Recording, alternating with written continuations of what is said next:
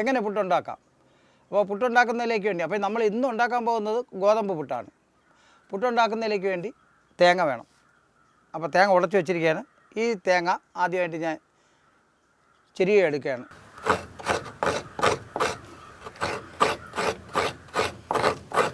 അപ്പോൾ തേങ്ങ ആവശ്യത്തിന് ചെരുകി കഴിഞ്ഞു. ഇനി നമുക്ക് പുട്ടുണ്ടാക്കുന്നതിലേക്ക് പോകാം. അപ്പോൾ ഗോതമ്പ് പുട്ടാണ് നമ്മൾ ഉണ്ടാക്കുന്നത്. അപ്പോൾ മാവ് കുഴച്ചതിന് ശേഷം നമുക്ക് ഗോതമ്പ് പുട്ടുണ്ടാക്കാം. ആ സമയത്ത് ഈ തേങ്ങ നമ്മൾ ഉപയോഗിക്കും. ഇപ്പോൾ നമ്മൾ തേങ്ങ ചെരുകി എടുത്തു കഴിഞ്ഞു. ഇനി നമ്മൾ പുട്ടുണ്ടാക്കാൻ പോവുകയാണ്. അതായത് നേരത്തെ നമ്മൾ മുട്ട റോസ്റ്റ് ഉണ്ടാക്കി വെച്ചിരിക്കുകയാണ്. മുട്ട റോസ്റ്റിൻ്റെ കൂടെയാണ് നമുക്ക് ഈ പുട്ട്, ഗോതമ്പ് പുട്ടാണ് നമ്മൾ ഉണ്ടാക്കാൻ പോകുന്നത്. അതിലേക്ക് തേങ്ങ ചെരുകി കഴിഞ്ഞു. ഇനി നമുക്ക് വെള്ളം, അതായത് പുട്ട് കലത്തിൽ വെള്ളം നിറച്ച് നമ്മൾ ചൂടാക്കാൻ വയ്ക്കുകയാണ്. വെള്ളം തിളയ്ക്കാൻ വേണ്ടി വയ്ക്കുകയാണ്. അപ്പം പുട്ടുകലം നമുക്ക് അടുപ്പിൽ പുട്ടുകലം വെച്ചു. ഇനി നമുക്ക് അതിലാവശ്യമുള്ള കുറച്ച് വെള്ളം ഒഴിക്കാം.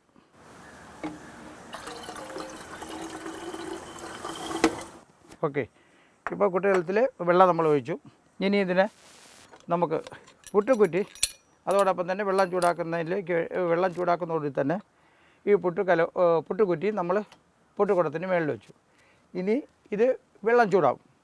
ഈ വെള്ളം തിളയ്ക്കുന്നതോടെ തന്നെ നമുക്കൊരു കാര്യം ചെയ്യാം. ഈ ഗോതമ്പ് മാവ് ഇതിൽ ഇട്ട് വച്ചിരിക്കുന്ന ഗോതമ്പ് മാവാണ്. ഈ ഗോതമ്പ് മാവിന് ശകലം ഉപ്പും കൂടെ ചേർത്ത് നമുക്ക് ആവശ്യത്തിന് ഉപ്പ് നമുക്ക് ചേർക്കാം. ഉപ്പ് കൂടെ ചേർത്തിട്ട് നമുക്ക് ഇളക്കാം. അത് മിക്സ് ചെയ്തതിന് ശേഷം നമ്മളിപ്പോൾ ഇനി വെള്ളം ഒഴിച്ച് ഇതിനെ പുട്ടുണ്ടാക്കുന്ന പാകത്തിലേക്ക് ആക്കിയെടുക്കാം. ആവശ്യത്തിന് മാത്രമേ നമ്മൾ വെള്ളം ഒഴിക്കാവൂ.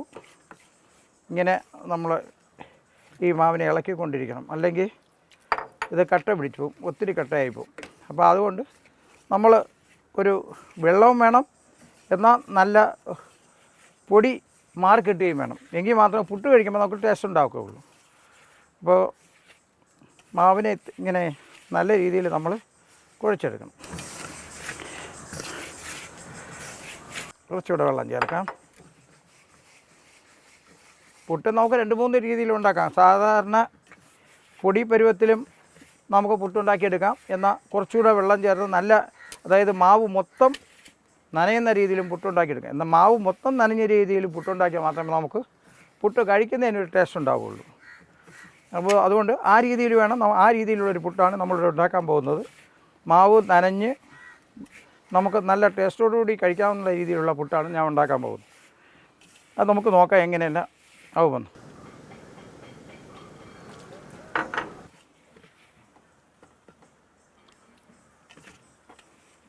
ഇപ്പോൾ പുട്ടിന് പാകത്തിനായിട്ട് മാവ് കുഴച്ചു. മാവ് ഇപ്പോൾ കുഴഞ്ഞു കഴിഞ്ഞു. അപ്പോൾ അതിനായിട്ട് നമുക്കൊരു കാര്യം ചെയ്യാം. ഇനി പുട്ടുകുറ്റിയിലേക്ക് നിറയ്ക്കാം. ഞാൻ പുട്ടുകുറ്റി തുണി ചുറ്റി എടുക്കുന്നു. ഇനി പുട്ടുകുറ്റിയിലേക്ക് ആദ്യം തേങ്ങ ഇടാം. എന്നിട്ട് മാവ് വാരിയിടാം. വീണ്ടും തേങ്ങ ഇടാം. വീണ്ടും മാവിടാം. വീണ്ടും കുറച്ച് തേങ്ങ ഇടാം. പിന്നെ കുറച്ചുകൂടെ മാവിടാം. ഇപ്പം നിറഞ്ഞു കഴിഞ്ഞു.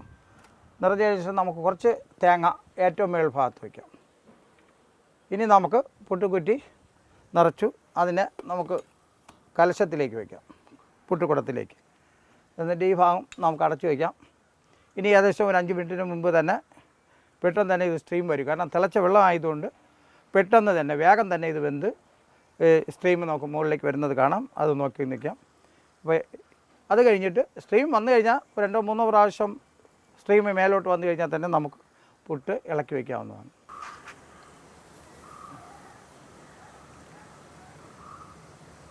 ഇനി നമുക്ക് നോക്കാം.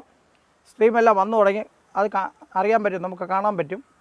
മേലോട്ട് പുട്ടുകുറ്റിയുടെ മേളിൽ കൂടെ ഈ ആവി, നീരാവി, അല്ല ഇതിൻ്റെ ആവി ഇങ്ങനെ മേളിലോട്ട് വന്നുകൊണ്ടിരിക്കുകയാണ്. അപ്പോൾ ഏകദേശം പുട്ട് റെഡിയായി എന്നാണ് അത് കാണിക്കുക. എന്നാലും നമുക്ക് 1 മിനിറ്റ് കൂടെ നോക്കാം.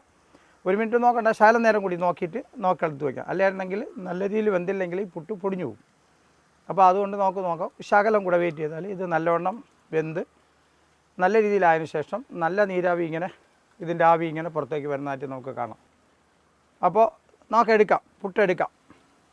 പുട്ട് കുറ്റി ഇങ്ങനെ എടുത്തു. ഇനി നമ്മൾ മേളിലത്തെ അടപ്പെടുത്തു. എന്നതിന് ശേഷം നമുക്ക് പുട്ട് പുറത്തേക്ക് തള്ളി നീക്കാം.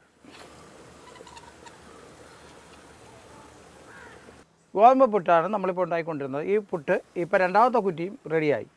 ഇപ്പോൾ ആവി വന്നു കഴിഞ്ഞു. ഇത് നമുക്കെടുത്ത് ഇനി ഇലയിലേക്ക് വയ്ക്കാം.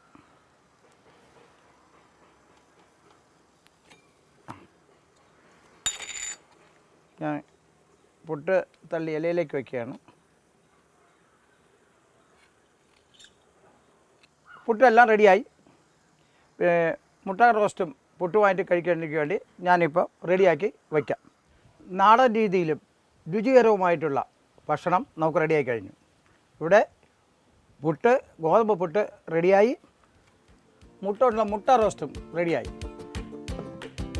ഈ രുചികരമായ ഭക്ഷണം റെഡിയായി. ഇനി നമുക്ക് കഴിക്കാം.